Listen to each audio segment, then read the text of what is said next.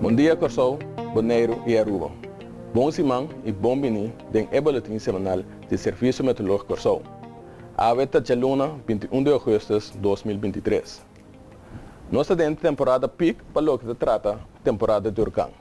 Isso significa que nós podemos mirar aumento de ciclone tropical riba Atlântico, pero também do Golfo de México e área do Caribe.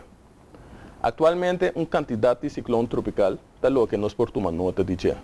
Tormenta tropical Gert e Emily riba Atlântico e também distúrbio que tem chance para seguir desarrollar e virar ciclone tropical riba Atlântico. Do Golfo de México, outro distúrbio que tem chance para seguir desarrollar e virar ciclone tropical. E da área do Caribe, durante ayer à tarde, tormenta tropical Franklin está lo que a forma norte isla de Bonaire, Corsou e Aruba.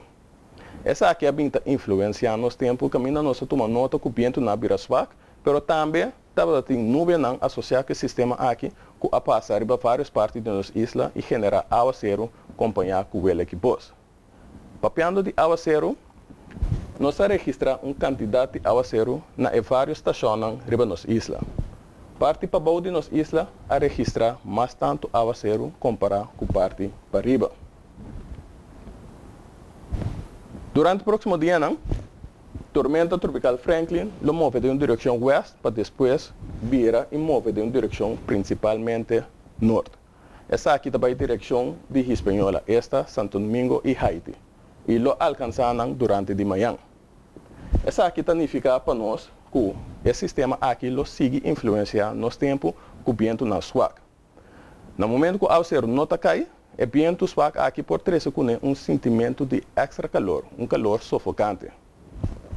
Para o que está aguaceiro, nós podemos tomar nota de nossa imagem de satélite a quantidade de nuvem associada com o sistema aqui. Por aí, nós podemos seguir esperar que a nuvem lo sigue passa e a forma riba nos isla e genera momento de aguaceiro acompanhado com o equipos.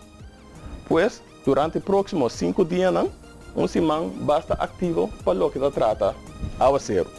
Durante a luna de março, é possibilidade de o equipos também tem. Temperatura máxima lo fará entre 31 para 33 graus Celsius e mínimo de 26 a 28 graus Celsius. E para motivo de vento suave, condição de la mão lo tem uma altura de menos que 1 metro. Essa aqui está turco espécime aqui, danke e te outro semana.